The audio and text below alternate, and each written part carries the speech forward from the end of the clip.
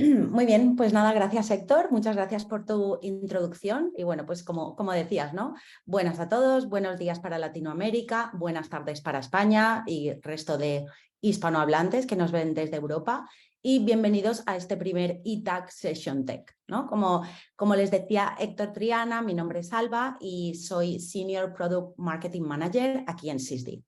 La verdad que estamos encantados de que hayan querido contar con Sysdig como partner para esta primera sesión y bueno, pues espero que nos veamos en alguna otra sesión más.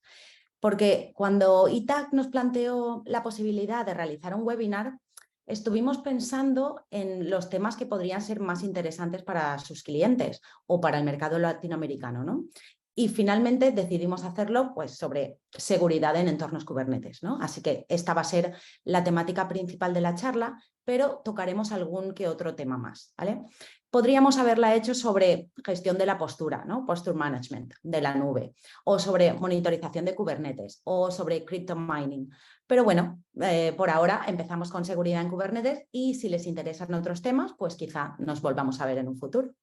En todo caso, ahora vamos a centrarnos en Kubernetes y espero que sea un rato ameno para todos. Nada, bienvenidos. Bueno, pues pasemos a ver un poco la agenda que tenemos preparada para esta sesión. Como seguro que tenemos una amplia variedad de audiencia, primero he pensado que voy a empezar definiendo qué es eso de las aplicaciones nativas de la nube. Porque el hecho de que exista Kubernetes se deriva justamente de esas aplicaciones cloud native, ¿vale? Luego hablaré de los pros y los contras que tiene un orquestador como Kubernetes y los distintos controles de seguridad que podemos aplicar para mitigar en la medida de lo posible los riesgos de seguridad de estos entornos, desde que estamos creando una imagen hasta que se pone en producción en nuestro clúster de Kubernetes y comienza a funcionar o a dar servicio a nuestros clientes, ¿vale? Intentaré dejar unos minutos al final por si hay preguntas, que siempre es muy enriquecedora esta parte porque vemos casos reales, ¿verdad? Al final en una presentación pues todo parece muy bello, perfecto, pero la realidad no siempre es así. Así que empecemos entonces. Bueno, como os decía, lo primero de lo que quería hablar es de las aplicaciones nativas de la nube. Sin entender bien qué son las Cloud Native Apps, y perdonad porque voy a estar mezclando un poco inglés con el español, ¿vale? Bueno, lo que decía, sin entender lo que son las Cloud Native Apps, no podríamos comprender realmente qué pinta Kubernetes en todo esto, ¿vale? Así que veamos por qué ha llegado a ser un elemento clave de esta nueva forma de implementar software. Empecemos con la definición, ¿vale? ¿Qué son las aplicaciones nativas de la nube? Bueno, pues la Cloud Native Computing Foundation o la CNCF, ¿vale? Que es el organismo encargado de fomentar y apoyar el crecimiento, la salud del software y la adopción de la computación nativa de la nube, define estas aplicaciones nativas de la nube como aquellas que hacen uso exclusivo de uso extensivo de software de código abierto junto con tecnologías como contenedores, microservicios y redes de servicios para desarrollar e implementar aplicaciones escalables en plataformas de computación en la nube, ¿vale? Estas tecnologías que investiga y que se crean bajo el respaldo de la CNCF se denominan proyectos, muchos de los cuales pues, están alojados en Git, ¿no? Y dos de los ejemplos de los proyectos más importantes serían Kubernetes y Prometheus, o Prometheus, según lo pronuncies. En su empeño porque adoptemos la computación en la nube, la CNCF creó un listado de pasos y recomendaciones para guiar a las empresas a adoptar un enfoque nativo en la nube. Porque al fin y al cabo, esa es la intención de la CNCF, ¿no? Que transitemos el camino hacia la nube de la mejor forma posible. ¿Y cómo podemos hacer esto? Bueno, la mayoría de las empresas han aprendido que para obtener el máximo beneficio de la nube, lo primero que deben de hacer es cambiar los procesos de desarrollo y de operaciones. Comenzando por, 1, empaquetar las aplicaciones y sus dependencias en contenedores. Y después, 2, automatizando todo el proceso de desarrollo e implementación. Y es justo en este punto donde nos encontramos los orquestadores, siendo Kubernetes la plataforma de orquestación de contenedores líder en el ecosistema actual, ¿no? Entonces, una vez tenemos nuestras apps contenedorizadas y automatizadas, el siguiente paso sería observar y analizar el progreso de la aplicación. Cómo responde, cuáles son sus valores de performance, si está bien optimizada. Y bueno, esto es para lo que se usaría Prometheus, por ejemplo, ¿no? Con esto, en realidad estoy hablando de lo que supone que una empresa adopte un enfoque DevOps, ¿no? Con esta forma de trabajar se busca unificar en un solo equipo las tareas que antes se hacían de forma aislada. El desarrollo por una parte y la operación por la otra. Lo que queremos es que se haga de forma conjunta, implementando aplicaciones en contenedores, puesto que de esta manera añadimos la capacidad de acelerar la innovación, ¿vale? Cuando creamos microservicios usando contenedores, en lugar de escribir enormes aplicaciones monolíticas, lo que hacemos es descomponer ese monolítico en pequeños servicios modulares implementados en contenedores. Con los servicios modulares, ensamblados tipo Lego, ¿no?, se pueden realizar cambios en uno de los servicios, en un servicio individual, sin preocuparse por romper la aplicación más grande. De esta forma, cada microservicio individual puede manejar una pequeña tarea, como podría ser verificar una tarjeta de crédito dentro de una aplicación de carrito de la compra, ¿no? A diferencia de los equipos de sistemas o TI tradicionales, ¿no?, donde todo el mundo trabaja de forma aislada, los equipos de DevOps tienen miembros con una variedad de habilidades que les permiten asumir la responsabilidad total del desarrollo y la operación de un conjunto de servicios, ¿no? Estos equipos aceleran la implementación al crear y lanzar rápidamente nuevas actualizaciones y nuevas funcionalidades, ¿vale? Las empresas que utilizan servicios de contenedores y este proceso DevOps pueden pasar de lanzar nuevas funcionalidades anualmente a semanalmente o diariamente, ¿vale? Al realizar pequeñas mejoras continuas, agilizamos el despliegue y las actualizaciones, aceleramos la innovación y reducimos el riesgo. Y así es como el sistema operativo, así es como el sistema operativo Linux organiza procesos en un servidor físico o virtual. Kubernetes lo hace organizando servicios en un grupo de cómputo distribuido, como podrían ser los recursos de los proveedores de servicios cloud. Por eso vemos que tanto empresas grandes como pequeñas están adoptando tecnología de contenedores y Kubernetes como plataforma para ejecutar sus aplicaciones. Kubernetes es una plataforma de orquestación de contenedores o de orquestación de microservicios. Es lo que nos está permitiendo pasar de aplicaciones monolíticas a pequeños componentes de software que nos aportan los beneficios de los que hablaba antes, ¿no? Al final, Kubernetes está impulsando gradualmente todas las aplicaciones de software distribuidas en el mundo. Y como el mundo se va a la nube, podemos decir que Kubernetes es casi el sistema operativo de la nube, ¿no? Es una plataforma portable de nube. Entonces, Kubernetes nos facilita el escalado de aplicaciones en la nube, donde además los recursos están a la orden de un clic, ¿no?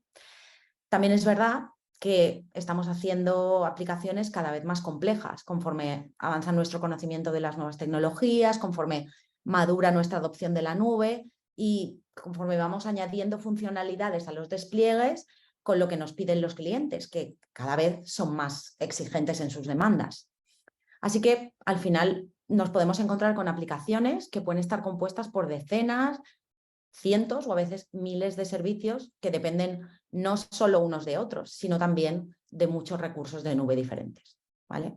Esto hace que aumente la complejidad y con ella inherentemente el riesgo. Estos riesgos de la nube, de las aplicaciones cloud native y de las plataformas que las sostienen no se pueden contener fácilmente con herramientas de seguridad que se centran solo en un aspecto del riesgo. Por ejemplo, si hablamos de escaneo de código o de escaneo de imágenes, lo que ocurre es que estas técnicas son estáticas y no pueden capturar por completo toda la explosión de combinaciones, ¿no?, y la naturaleza interdependiente de las aplicaciones basadas en microservicios cuando están en tiempo de ejecución. Por ello, desde SysDig pensamos que proteger Kubernetes requiere unos controles de seguridad que tengan en cuenta lo que ocurre en todo el ciclo de vida de la aplicación, desde su planificación hasta su puesta en producción en tiempo de ejecución, ¿vale? Para ello pensamos que contar con el contexto de runtime en tiempo de ejecución es clave en nuestra tarea de proteger aplicaciones que estén orquestadas en entornos Kubernetes. Y antes de hablar de esos controles de protección que son necesarios incluir en los entornos de Kubernetes, me gustaría comentar algunos de los datos obtenidos en nuestro informe de uso y seguridad cloud. Este informe lo hacemos anualmente y tenemos en cuenta los datos anonimizados de nuestros clientes SaaS, ¿vale? Entonces, hemos visto, por ejemplo, que los riesgos en la cadena de suministros, lo que se conoce como software supply chain, ¿no?, siguen en aumento. Y de esto hablaré un poquito más adelante también, ¿no? En nuestra investigación vemos que el 87% de las imágenes de contenedores tienen vulnerabilidades altas o críticas. Estas vulnerabilidades son una puerta de entrada, ¿no?, para el robo de credenciales, de datos confidenciales, de corrupción de datos, de instalación de malware. Pero lo que es incluso peor es que el 85% de estas vulnerabilidades críticas y altas tienen solución. Lo que ocurre es que los equipos no saben cómo priorizarlas, ¿vale? Y al final lo que ocurre es que terminan ahogados en un listado interminable de vulnerabilidades y de parches que en realidad hacen que su trabajo no sea óptimo, ¿no?, y se retrasen todas estas soluciones. Como muchos sabéis, una de las características principales de los contenedores es que son efímeros, para lo bueno y para lo malo, ¿no? Los datos de este año muestran que el 72% de los contenedores viven ahora menos de 5 minutos. Si pensamos en los equipos que se dedican a hacer análisis forense o de respuesta a incidentes, podemos darnos cuenta de que su trabajo, cuando hablamos de contenedores, no es nada fácil, ¿no? Necesitan registros, logs precisos en caso de que se deba investigar un evento, pero ¿qué haces cuando el contenedor ya no existe? Por otra parte, los equipos de ingeniería, los SREs, ¿no?, también necesitan datos similares para hacer troubleshooting, pero con contenedores que duran tan poco, pues recopilar esta información es cada vez más difícil. Por último, descubrimos que el 59% de los contenedores no tienen límites de CPU definidos y el 69% de estos recursos de CPU solicitados ni siquiera se usan. Está claro que si los desarrolladores no saben dónde están sobreasignando o subasignando sus recursos en la nube, pues es difícil que puedan optimizar estos recursos, ¿no? Y esto impacta notablemente en implementaciones grandes, obviamente, ¿no? En promedio, creemos que las empresas podrían estar gastando en exceso hasta un 40% en su factura de nube. Así que bueno, todos estos datos nos llevan irremediablemente a la necesidad de incluir tanto la seguridad como la monitorización, si hablamos de optimizar entornos Kubernetes, pero bueno, en esta sesión solamente voy a hablar de seguridad, dentro del ciclo completo DevOps, el que se utiliza para crear aplicaciones Cloud Native que masivamente pues, utilizan orquestadores Kubernetes.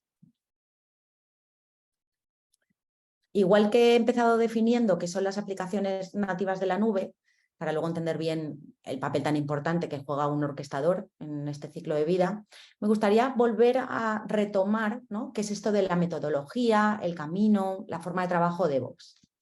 Porque DevOps no es una serie de herramientas, una lista de cosas que hacer y ya. Usar una metodología DevOps incluye un componente personal. Y es que hace falta sobre todo querer hacer las cosas colaborativamente para que algo pueda llevar el apellido DevOps, desde mi punto de vista, ¿no?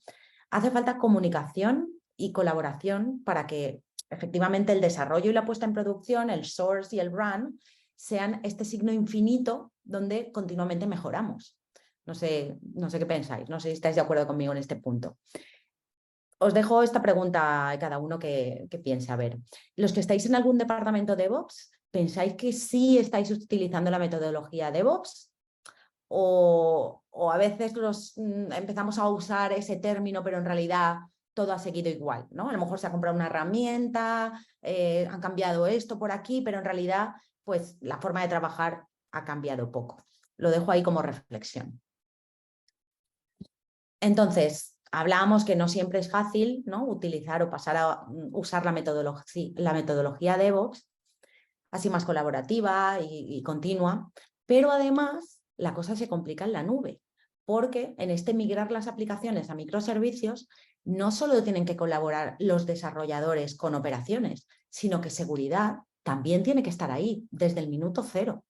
Y esto en realidad es algo nuevo, porque históricamente seguridad solo ha entrado en el juego cuando las aplicaciones estaban en funcionamiento, cuando estaban ya en producción.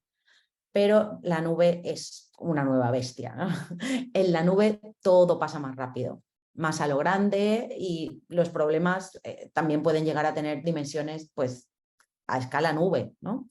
Por eso la gente de seguridad no puede estar desincronizada con la metodología DevOps. Deben ser uno más. De ahí el término DevSecOps, Secure DevOps, como quieras llamarlo, ¿no? ¿Y qué significa? Bueno, pues básicamente añadir esa visión de seguridad a cada paso de la metodología DevOps que ya teníamos. Si vamos a crear código, pues busquemos vulnerabilidades en ese código. Si vamos a desplegar en producción, busquemos errores de configuración antes y durante, ¿no? Si usamos infraestructura como código, pues mapeemos lo que tenemos en producción con lo que está running y confirmemos que no tenemos drift, por ejemplo, que lo que planteamos en un primer momento es lo que hemos desplegado en nuestro entorno productivo, ¿vale? Se entiende un poquito esto de DevSecOps. En definitiva, hablamos de añadir controles de seguridad durante todo el ciclo de vida de nuestras aplicaciones Cloud Native. Entonces, como decía, si usamos código para crear nuestra infraestructura, ya sea recursos cloud o para configurar clústeres de Kubernetes, deberíamos de escanear esos YAML, esos Helm, módulos de Terraform, ¿vale? Lo que utilicéis, para no arrastrar errores a producción. Y ahí vemos las ventajas de contar con los 3 puntos de vista de un DevSecOps, ¿no? El Dev agiliza la creación de recursos usando código y todos los beneficios de Git. El Ops configura los límites y las opciones de cada recurso para que sean óptimos a la hora de ofrecer un buen performance a nuestra aplicación. Y el Sec se asegura que tanto lo que hemos escrito en código como lo que se ha configurado en parámetros, pues sigue buenas prácticas de seguridad o el framework de compliance que tenga que seguir nuestra empresa, ¿vale? Y esto ocurre también con la gestión de vulnerabilidades. En vez de darnos cuenta en producción que tenemos un servicio potencialmente atacable o vulnerable, vamos a prevenir que esto ocurra antes, en tiempo de construcción de nuestros contenedores, en build, ¿vale?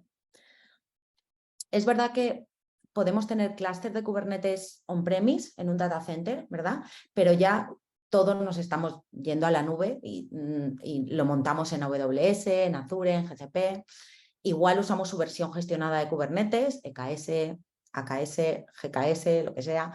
También vamos a tener que comprobar que estos recursos siguen la política de seguridad de la empresa, la posture management, ¿no? Y si no la siguen, si algo ha cambiado desde que se creó ese recurso, pues deberíamos solucionarlo, porque esto puede ser indicativo de que estamos siendo atacados, ¿vale? Gestión de identidades. Bueno, esto casi merecería un webinar aparte. No sé si habéis oído hablar, esto de identity is the new perimeter, ¿no? La identidad es el nuevo perímetro de la nube. Es que ya no son las redes las que protegen nuestro data center local. En la nube son los usuarios el eslabón más frágil de la cadena. Somos nosotros los que tenemos las llaves del reino y accedemos desde cualquier localización. En realidad, lo que más tenemos que prestar atención es a los permisos que otorgamos a los usuarios, porque la mayoría de ataques se inician justamente con un abuso de credenciales robadas. Si los roles que asignamos a nuestros usuarios tienen perfiles de admin, pues que esto caiga en manos malintencionadas puede derivar en un gran problema. Threat Detection. Detección de amenazas ha sido siempre un clásico para seguridad, ¿verdad? Este control es básico en nuestra lista. Sin embargo, la forma de detectar amenazas en entornos Kubernetes es diferente a cómo lo haríamos con aplicaciones monolíticas. No tenemos que olvidarnos que hay una capa de abstracción, ¿no?, que añade Kubernetes, que nos libera un poco de la complejidad de los contenedores y también hace que no funcionen la mayoría de soluciones que venimos usando para Threat Detection. Y estoy pensando específicamente en los EDRs, ¿no? La gran mayoría no se integran de forma nativa con Kubernetes. Y los pocos que lo hacen, pues nos dan una información un tanto sesgada, ¿vale? El último caso de uso sería el de respuesta a incidentes y análisis forense, ¿no? Como decía al principio, si el trabajo del analista es investigar usando las trazas, los logs de, en este caso, contenedores, ¿no? Si hablamos de aplicaciones que corren en Kubernetes, y esos contenedores puede que ya no existan, pues entonces, ¿cómo lo hacen, ¿no? Aquí hay que realmente usar una instrumentación adecuada para estos entornos, si no te quedas a ciegas. Estos equipos directamente no pueden hacer su trabajo, ¿vale? Entonces, bueno, esto sería a grosso modo el resumen de los controles de seguridad que entendemos desde SysDig que necesariamente se deberían implementar en cualquier entorno de nube y especialmente los que tienen sus cargas de trabajo en Kubernetes, ¿no? Para la siguiente sección, entre estos controles, voy a centrarme en los que podríamos decir que son los 3 casos de uso más importantes específicamente en entornos Kubernetes. Veamos entonces cuáles serían estas estrategias para hacer que nuestros entornos sean más seguros. Vamos a empezar con la gestión de vulnerabilidades. Bien, lo que nos permite la gestión de vulnerabilidades es no solo detectar en distintos puntos del ciclo de vida si una aplicación tiene vulnerabilidades, sino también priorizarla y solucionar los problemas cuanto antes. Veamos cómo. En SysDig trabajamos para ofrecer un producto que se adapte a la empresa y no al contrario, ¿vale? Por eso nuestra gestión de vulnerabilidades puede aplicarse en varios momentos del ciclo de vida del aplicativo, según el funcionamiento de cada área, departamento, organización, ¿vale? Entonces, como primera posibilidad, si pensamos en la línea temporal que implica crear software basado en microservicios y contenedores, tenemos la creación de las imágenes de contenedor, ¿vale? Normalmente este proceso utiliza Git y una pipeline que automatiza pues, distintos pasos, como la búsqueda de errores de sintaxis, malas prácticas, como poner credenciales hardcodeadas en vez de pasar valores, cosas así, ¿no? Así que tiene bastante sentido añadir el escaneo de vulnerabilidades como un paso adicional en esta fase. Esto es lo que en SysDig llamamos inline scanner, ¿vale? Al hacer este escaneo, cuando la imagen aún no ha sido aprobada para pasar a producción, evitamos exponer a nuestros clientes o incluso a nuestra propia infraestructura de nube a posibles ataques maliciosos, ¿vale? El escaneo de vulnerabilidades de SysDig se utiliza, como decía, como un paso más en los workflows de GitHub, GitLab, Azure DevOps, en fin, cualquier Git, CI/CD pipeline que utilicéis, ¿no? Y entre las capacidades de esta característica está la posibilidad de, una vez hecho el escaneo, evitar que una imagen que no ha pasado en los controles se envíe al repositorio de imágenes legítimas de la empresa. Por ejemplo, pues si no cumple con algún requisito de compliance, ¿vale? Además, este escáner que ofrece SysDig para la fase de construcción de build también puede usarse en el siguiente paso, cuando hemos ya subido nuestras imágenes al registry, ¿vale? Y funcionaría de forma parecida, pero en vez de añadir el paso como en el CI de construcción de la imagen, ¿vale? El scanning se iniciaría cuando se subiera una nueva imagen al registry, ¿ok? Así pues, tenemos la gestión de vulnerabilidades tanto en build con el inline scanner como en el registry, ¿vale? 2 puntos específicos para controlar las vulnerabilidades. Pero como ya sabemos, es solo cuestión de tiempo que aparezca un nuevo CVE que afecte a algún contenedor que está corriendo en nuestro entorno de producción, ¿no? Incluso en las imágenes que inicialmente no contenían vulnerabilidades. Así que SysDig también va a poder avisar de cuando ocurre esto en nuestro clúster de Kubernetes. Y aquí el valor añadido es específicamente significativo, como muestro o quiero mostrar aquí en este dibujo de la slide, ya que la forma en la que SysDig instrumentaliza los nodos de Kubernetes nos da una visión única de lo que ocurre a nivel kernel del sistema. Podemos saber qué librerías se están utilizando y con ello qué paquetes están cargados en memoria.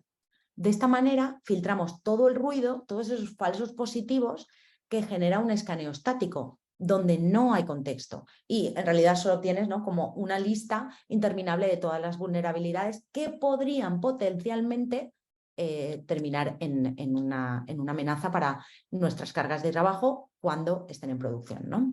Pero cuando cuentas con la información en tiempo de ejecución, ya sí tienes un contexto, ¿no? Y entonces, en estas imágenes que se utilizan como para crear nuestros contenedores finales que vamos a usar en producción, muchas veces estamos usando o incluyendo paquetes que nunca se usan. Solo son parte del artefacto de la imagen base que elegimos. Estas dependencias están ahí, se declaran efectivamente, pero como digo, no se usan. Y eso es justamente lo que hacemos con nuestra feature de Risk Spotlight. Filtrar las que no están cargadas en memoria y dejar solo las que son potencialmente explotables. El resto, mero ruido, ¿vale? Según nuestros clientes, nos han dicho que se pueden llegar a reducir el número de alertas en más del 95%, ¿vale? Y bueno, pues ¿cómo es esto posible? Pues aquí la diferencia, como comentaba, está en nuestro enfoque, la forma que tenemos de instrumentalizar los nodos de Kubernetes y en la calidad de la información que obtenéis con Sysdig. Como decía, nos tomamos muy en serio cómo funciona nuestra herramienta y el valor añadido que aportan nuestros clientes. Y por eso no solo nos basamos en la base de datos NVD, ¿no?, la National Vulnerability Database, que es la que utiliza casi todo el mundo, sino que tenemos más de 20 feeds de vulnerabilidades para que la información sea lo más accurate, lo más precisa posible. Además, tenemos una suscripción de pago con BullDB, no sé si os suena este servicio, pero bueno, este nos proporciona parte de este contexto del que hablaba antes, ¿no? Por una parte tenemos los CVEs que encontramos en los paquetes que están actualmente en memoria, ¿vale? Pero luego para cada uno de esos CVEs, para cada vulnerabilidad encontrada, desde nuestra suscripción de BullDB nos ayuda a priorizar todavía más con información sobre exploits existentes en esos CVEs y qué versiones de los paquetes, si existen, son las que solucionan la vulnerabilidad, ¿vale? De esta forma es muy sencillo priorizar qué vulnerabilidades son las que tienes que atacar primero.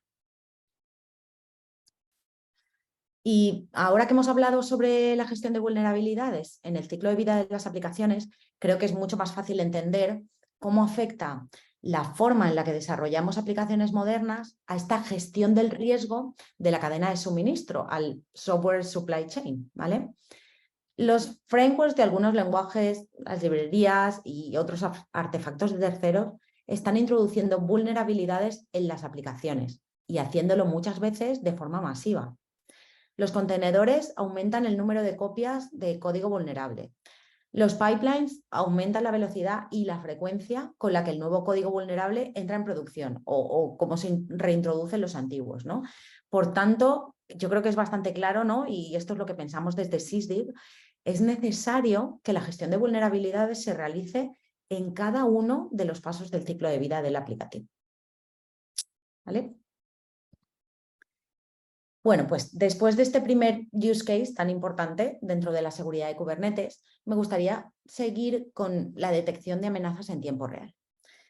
Veníamos diciendo que las herramientas y los controles de seguridad tradicionales están diseñados para arquitecturas monolíticas. Muy pocas realmente entienden la naturaleza dinámica y distribuida de las aplicaciones modernas. Así que os voy a contar cómo lo hace Sysdig.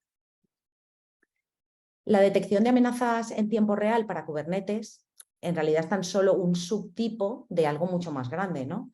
Se trata de detectar comportamientos anómalos en las aplicaciones Cloud Native y, como bien dice su nombre, también incluiría toda actividad sospechosa que ocurra en la nube, ¿vale? Al final, los atacantes van a explotar el punto de entrada más débil siempre. Puede ser una misconfiguration en nuestro control plane de la nube, una vulnerabilidad en Kubernetes, un servicio expuesto públicamente, cualquier cosa, lo más sencillo para ellos. Ellos están continuamente escaneando Internet, utilizan herramientas muy sofisticadas y en realidad tienen todo el tiempo del mundo para descubrir nuestro entorno, ¿vale? Entonces, voy a utilizar este ejemplo de lo que le ocurrió a Tesla en 2018. Parece que los atacantes se aprovecharon de una configuración errónea en un nodo de Kubernetes sin MFA, ¿no? Al final, pues hay escáneres web gratuitos que no necesitan más de 5 minutos para escanear todo Internet. Entonces, el tema es que los controles de seguridad de Tesla no pudieron detectar ese error de configuración de Kubernetes cuando sucedió. Y yo me pregunto, ¿no? ¿Las herramientas que usaban se integraban nativamente con Kubernetes?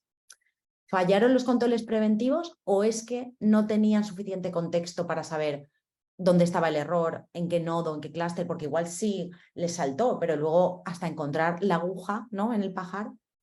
Total, que al final pues, se abrió una oportunidad para los atacantes y ellos pues, explotaron el fallo. Pero no solo eso, una vez ganaron acceso al nodo, el ataque evolucionó a cryptojacking.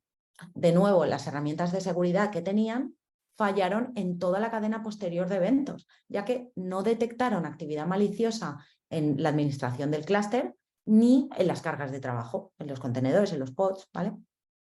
Lo que nos hace pensar que estaban bastante ciegos en cuanto a contenedores y Kubernetes se refiere. Como os decía al principio, Kubernetes es estupendo, pero te añade una capa de abstracción fantástica que quita muchos dolores de cabeza a los desarrolladores, pero al mismo tiempo esa abstracción nos puede poner una venda en los ojos dejándonos ciegos para lo que ocurre en realidad dentro del clúster.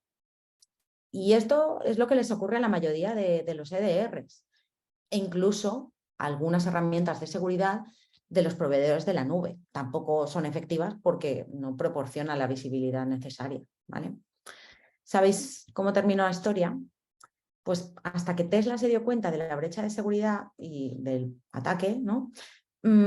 Tuvieron tanto tiempo que terminaron ejecutando criptomineros en los pods y también pudieron moverse lateralmente infectando otros recursos, descubriendo credenciales y estableciendo puertas traseras entre otras actividades maliciosas.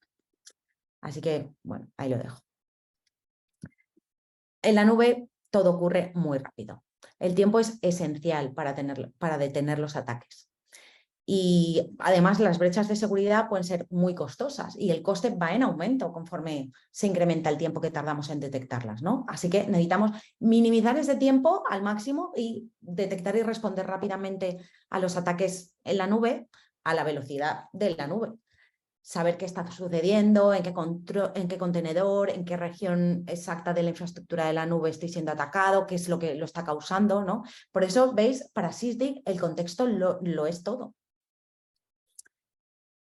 Como decía, los mecanismos tradicionales de detección de endpoints, los EDRs, ¿no?, ya no son suficientes para proteger nuestras aplicaciones y cargas de trabajo contra estas amenazas tan avanzadas, ¿no? Hay que adoptar un enfoque más amplio para detectar toda esta nueva forma, ¿no?, de atacarnos. Debemos ampliar el alcance a través de los principios de shift left, ¿no?, el desplazamiento a la izquierda, y shield right, la protección a la derecha. No sé si estáis muy familiarizados con esto, pero bueno, shift left lo que implica es la prevención proactiva de vulnerabilidades lo antes posible, utilizando herramientas como escáneres de vulnerabilidades, gestión de la postura de seguridad y también teniendo en cuenta los permisos de identidades, ¿no?, para ir hacia un Zero Trust Architecture.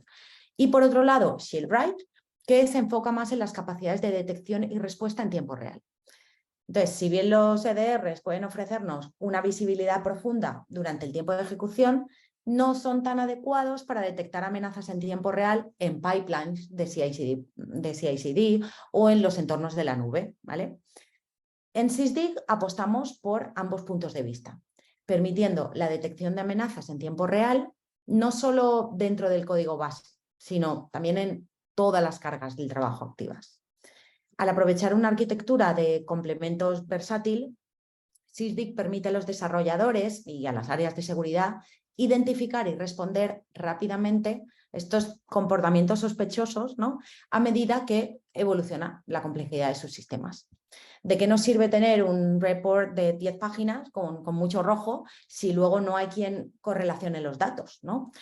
los analistas de SOC al final se pasan días o semanas intentando unir los puntos que les revele la foto final de lo que ocurre, y muchas veces cuando lo hacen, pues ya es tarde, ¿no? Como en el caso de Tesla que os mostraba.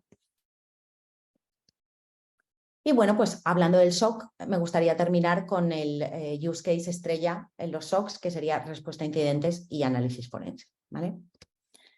Muchos de los que estáis hoy aquí quizá os habréis topado con este problema. ¿Cómo hacer análisis forense de algo que ya no existe? ¿Dónde están los logs, no? El análisis forense y la respuesta a incidentes en contenedores y Kubernetes es lo que nos ayuda a comprender mejor qué ocurrió en una brecha de seguridad, y de esta manera también podemos recuperarnos antes del ataque sufrido y evitar que nos vuelva a ocurrir. Perdón. Decía al principio de la presentación que en promedio los contenedores viven menos de 5 minutos, por lo que es fundamental contar con un plan de respuesta a incidentes nativo de la nube, ¿vale? Bueno, pues siendo que Sysdig tiene una visibilidad tan profunda de la actividad que ocurre en los clusters de Kubernetes y los contenedores, vimos que tenía mucho sentido capturar las trazas de toda esta actividad para justamente facilitar la vida a los analistas de seguridad. Entonces, al ser capaces de detectar actividad maliciosa, además desarrollamos la posibilidad de responder pausando o matando el contenedor que estuviera creando problemas. Y añadimos la funcionalidad de las capturas, ¿vale? Entonces, cuando un evento coincide con alguna de las reglas que tenemos del Runtime Security, podemos hacer que se guarden todas las llamadas al sistema que se hagan desde algunos segundos antes del evento hasta otros segundos después del evento, o minutos, lo que queráis, pero claro, todo eso conlleva un coste en storage, ¿vale? Entonces, cuando hablamos de capturar todas las llamadas al sistema, nos referimos al detalle de la actividad de usuario del sistema, nos referimos a incluir los comandos, las conexiones de red, la actividad de los archivos, los que se han abierto, leído, modificado, ¿vale? Y esto es importante porque para aquellos de vosotros que estéis buscando aplicar FIM, File Integrity Monitoring, a contenedores, Sysdig propone una versión extremadamente precisa en vez de el uso de hashes, ¿no? Que es lo que se venía haciendo hasta ahora. Al final los hashes pues tienen unos delays y tienen una carga, ¿no? Para generar todas estas comprobaciones. Bueno, pues Sysdig es capaz de detectar, como decía, todas las system calls que tengan que ver con un open, un read, ¿vale? Que se haga sobre cualquier fichero, incluidos aquellos que residen en contenedores, ¿vale? Por otra parte, sabemos que la herramienta estrella de los SOC son los SIEM, ¿verdad? Y Sysdig tampoco pretende sustituirlos, sino enriquecer los eventos con metadatos de contenedores, de host, de Kubernetes, de la propia nube, ¿vale? O sea que podría ser un gran compañero de cualquier SIEM donde quizás sus forwarders igual no tienen tanta visibilidad en estos entornos Kubernetes, ¿vale? Al final, lo importante es detener las brechas de seguridad a tiempo. ¿Cómo lo hagas? ¿Vale? Pues bueno, y ya con esto llegamos al final del webinar sobre seguridad en entornos y Kubernetes. Solo voy a hacer un breve resumen. Diría que lo ideal es implementar una estrategia que siga un enfoque holístico, ¿verdad? Abarcando todo el ciclo de vida del desarrollo del software, incluyendo específicamente la gestión de las vulnerabilidades, la detección de amenazas en tiempo real y el análisis forense y respuesta a incidentes. De esta manera es como pensamos desde Sysdig que las empresas van a poder mitigar el riesgo y combatir las amenazas modernas de manera eficaz, ¿no? Si quieren saber un poco más sobre alguno de estos casos de uso de los que he estado hablando, pues lo ideal sería que se pongan en contacto con ITAC y podremos agendar una sesión en los que pues nos cuentan cuáles son sus necesidades y vemos a ver cómo podemos acoplarnos lo mejor posible.